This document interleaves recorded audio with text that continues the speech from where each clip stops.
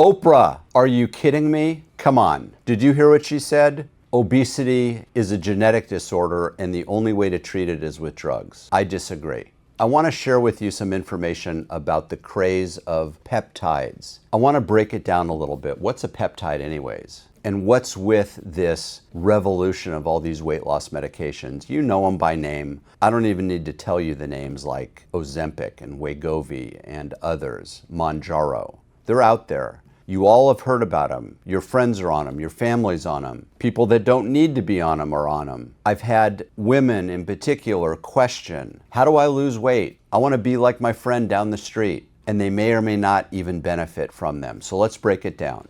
Peptides. Peptides are nothing more than a chain of amino acids linked together. Amino acids, of course, are the building blocks of proteins. So the nomenclature is such that if an amino acid chain is longer than about 50, we call it a protein. If it's less than 50, we call it a peptide. By the way, the most well-studied peptide ever is insulin. Yep, insulin is a peptide. It's a peptide hormone produced by our pancreas that is related to how our body uses sugar and foods that turn into sugar. If your pancreas doesn't produce insulin, then you're a diabetic. Type 2 diabetes is that your body produces too much because your cells are resistant. But insulin is probably the most well-studied peptide. Next in line is the peptides that all the athletes are using, known as BPC 157. Stands for a funny name, body protection compound. It's naturally produced in our gut. Our body produces thousands and thousands of peptides. Peptides are signaling devices.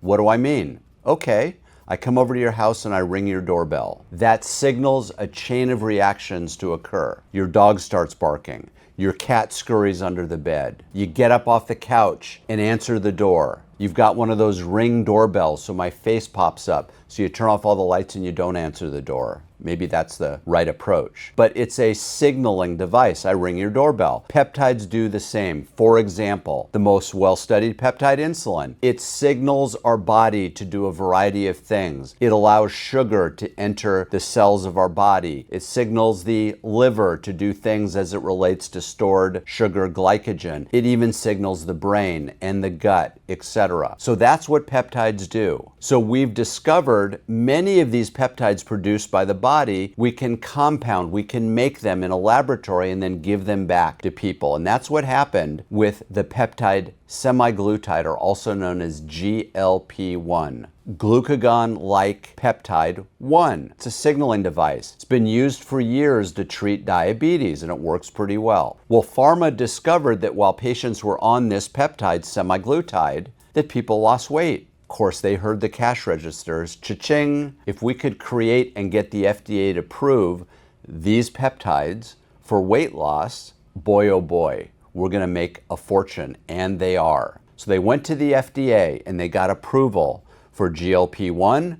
Now there's GLP-2, known as tirzepatide, GLP-3, known as retatrutide, and they're coming on strong and the marketing is all over the place. Should you take any of these peptides to help you lose weight? Listen, I think they can be beneficial, but what's really important is you need medical supervision. Too often doctors write prescriptions and you run off to the pharmacy for Ozempic, and often too high of a dose. And if you're not careful, you will lose muscle, not fat. And you won't be any healthier, but you will be lighter. And then you start to look like an Ozempic person with sunken in cheeks. It's not a good look and it's not a healthy thing. Used properly, sure, they can be beneficial, very low dose. Here are the 3 non-negotiables when I use peptides in my patients. Number 1, you've got to be eating enough protein a day, about 100 grams of protein. It's not easy to do, but it can be done. Number 2, you must be lifting weights. We need you to build muscle so you're not losing muscle as a result of the peptide.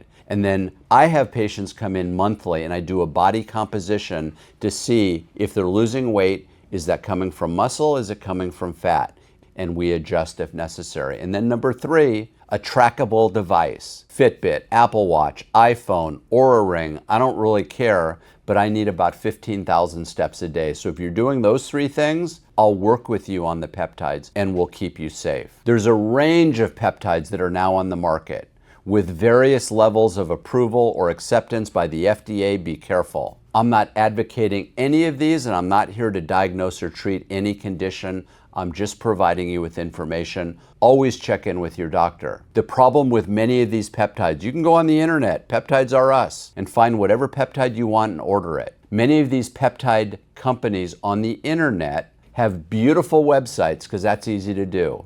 But behind the scenes, they don't even have a physical address. They're cooking up these peptides in laboratories, getting product from overseas. Never do that. Only go to reputable places, ideally with medical supervision. The peptide companies we use source it only domestically, and they're in an FDA authorized laboratory. That's not to say that these peptides are FDA approved, but the lab, yes. So be careful where you get your peptides from, how you use your peptides, and there is a path forward in healthfully and carefully using peptides with adult medical supervision. I hope this is helpful. Let me know your comments, and thank you for the follow.